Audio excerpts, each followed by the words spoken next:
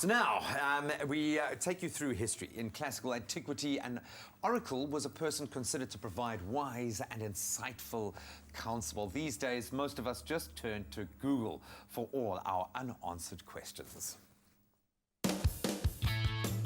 2017 was undoubtedly a very eventful year, from the world of politics to sport to music and just general news. And I must admit, at the end of each year, I'm very interested to see what made Google's top searches, as it provides some interesting insight into the minds of South Africans. All right, Mitch, so what goes into compiling Google's top trending searches list?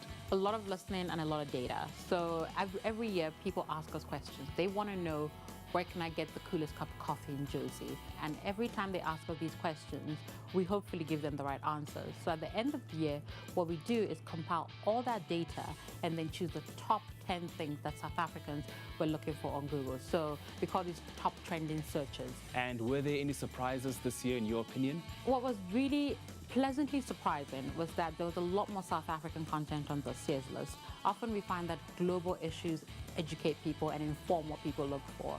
But this year, South Africans looked inwards. It was very introspective, which was great.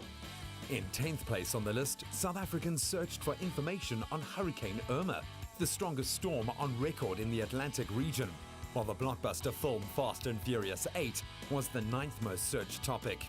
The big money Mayweather-McGregor fight pulled no punches in 8th place, and in 7th place was Black Friday. In 6th and 5th was Just van der Westhuizen and Karabo Mokoena respectively, whose deaths raised awareness around motor neuron disease and domestic abuse. Joe Mafela was the 4th most searched topic after the legendary actor's passing, and Cyclone Dineo took 3rd spot. In 2nd was Zimbabwe, which became a trending Google search after its landmark change of leadership.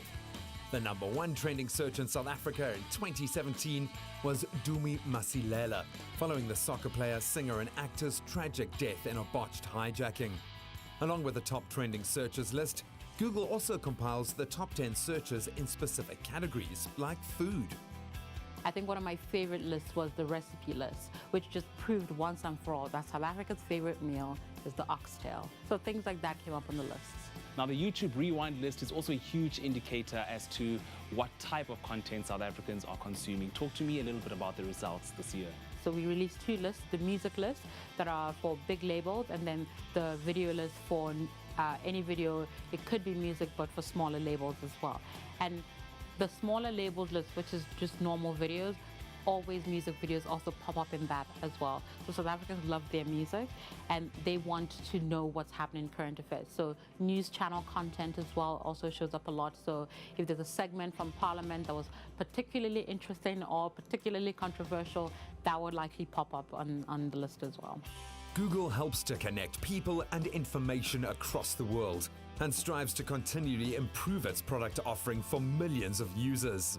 So Mitch, Google stays being on top of the game in the tech space. What can we expect from you guys in 2018 in terms of new product offerings and innovation?